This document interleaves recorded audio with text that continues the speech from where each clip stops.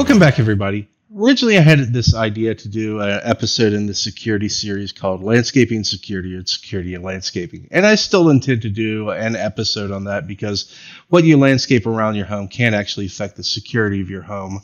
But as I started working on the house this summer, I realized there was quite a bit more to unpack. And I want people to understand that what you decide to plant around your home and where can actually damage the foundations, can damage your sidewalks, and can cause damage to the walls of your home. And I don't think people really think about that when they're going to the big box center or their garden center and picking out things. You're looking at it going, oh, that looks pretty, but not really paying attention to the long-term aspects. So this is a picture of the MLS listing that shows the house as I bought it originally and when I moved in. If you look here, you can see the 2 arrows are pointing to two hollies trees that were planted. One is in front of the garage on the right-hand side, and one is on the left side of the house. If you look here, you can see that there's a dogwood planted right here at the corner near the front door. And then we can see that there's a hydrangea tree that's planted there. It's not a hydrangea bush, it's a hydrangea tree or some version. I'm not quite sure of the species name of that. Here we have two hydrangea plants. One is like violet blue color. The other one's kind of like a reddish color.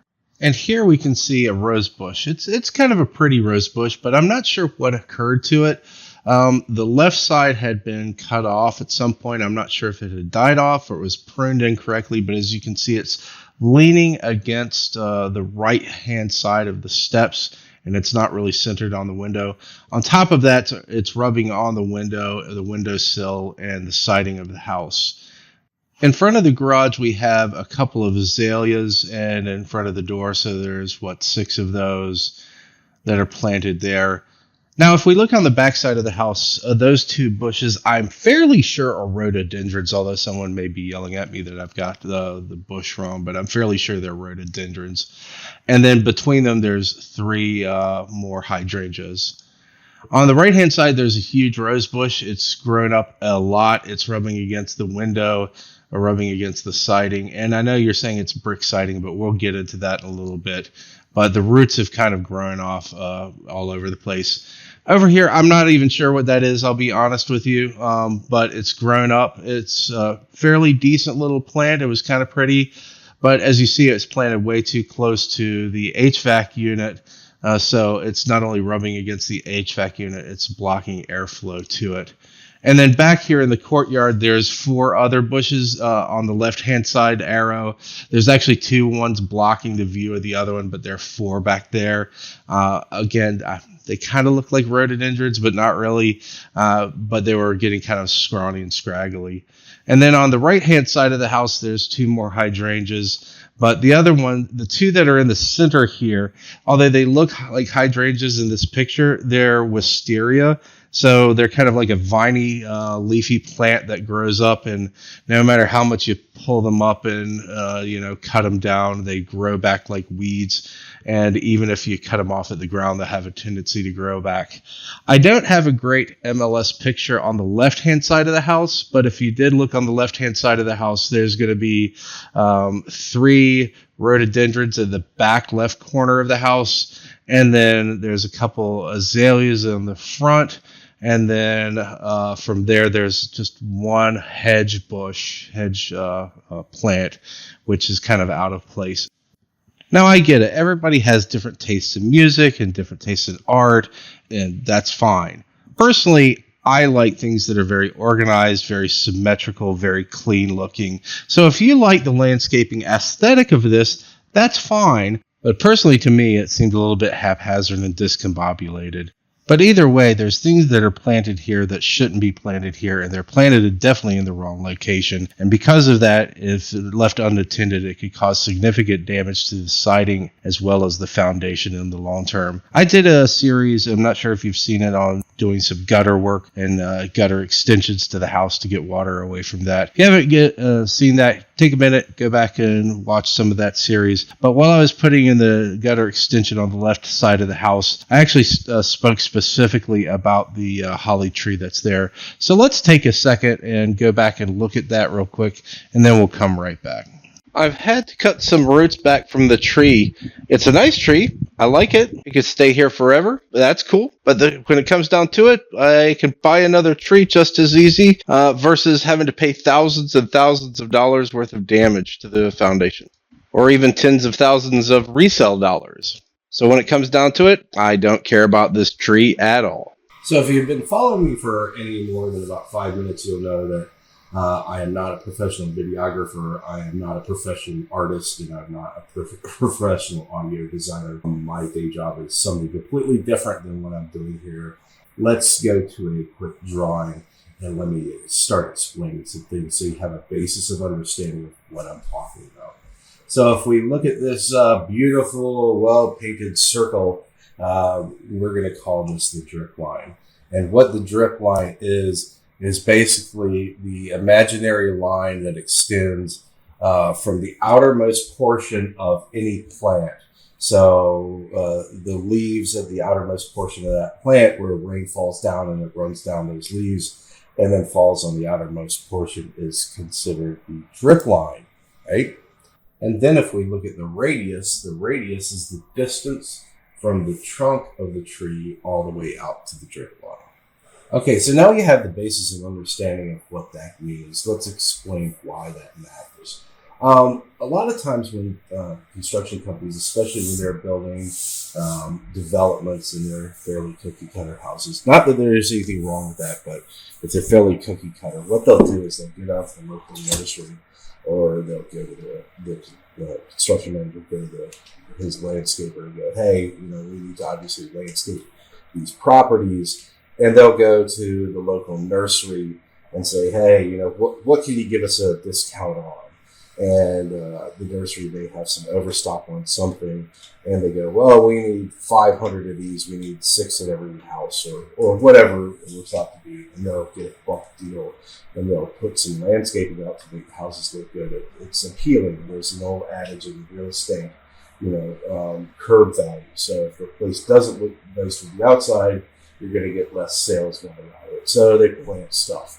And what happens with that is that, they don't necessarily plant the right thing, and they don't necessarily plant it at the right place. So if we're coming back to look at these hollies, let's take a minute to look at the information tag on a holly so we understand what was planted in front of this house. So right here, this is a tag I took at my local nursery that I go to that's really got some great people there. But this is a Monarch purple holly. If you look at the back of the information tag, a lot of times it'll give you some planting information and it'll give you some zone information. If you're not familiar with zones, most of the growing zones in the United States are designated. So that way, if you look up your location, you can see the zone that you're in and know if that plant should grow fairly well there. However, if you look at this holly tree, this grows to a mature size of 15 to 20 feet and 8 to 12 feet wide. And I always go on the assumption that when I plant it, it's going to do well, and we're going to go to the maximum width and height. So that way, if it grows slightly better where I'm planting it, I'm not planting it too close. So again, it says 15 to 20. I just assume 20 and 8 to 12 feet wide. And I'm just going to assume the larger size of 12 feet wide. Here's another one. This is an Oakland holly. As you see, it grows also 15 to 20 feet high and 12 to 15 feet wide. And then on the back of this, it gives you some planting information. Different tags will look slightly differently depending on where they're coming from. Now, I didn't find the holly tree at my local nursery that I think the holly tree was. By looking at the leaves, I think mine was a Nellie Stevens holly would be my best guess. Based on the leaf structure and the way the berries came out last year. So the mature height on this is 15 to 25 feet high and 8 to 15 feet wide.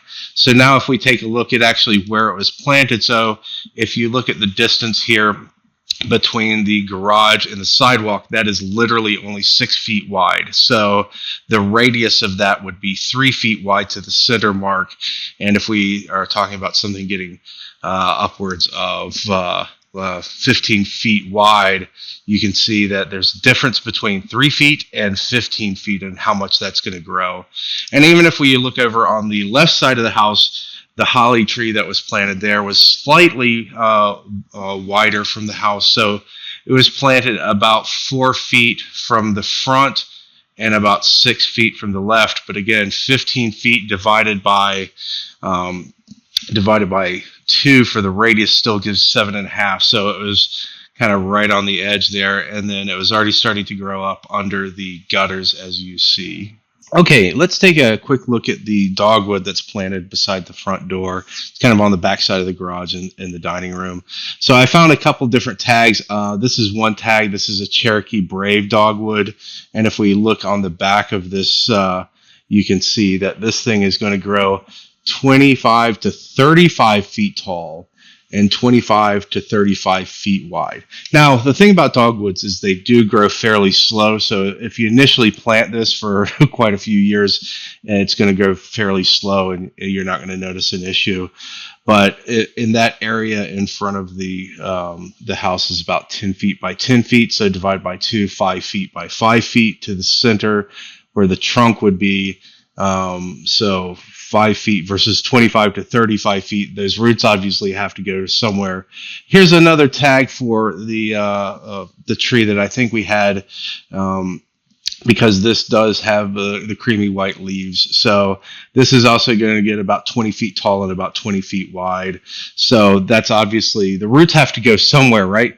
So they're going to grow out toward the water source, and they're going to grow out and then intermix with your foundation. And if you've ever seen any kind of roots growing underneath sidewalks down streets in your local city, you know that they'll grow up under the sidewalk and they'll start pushing it up and damaging it. So these roots have to go somewhere.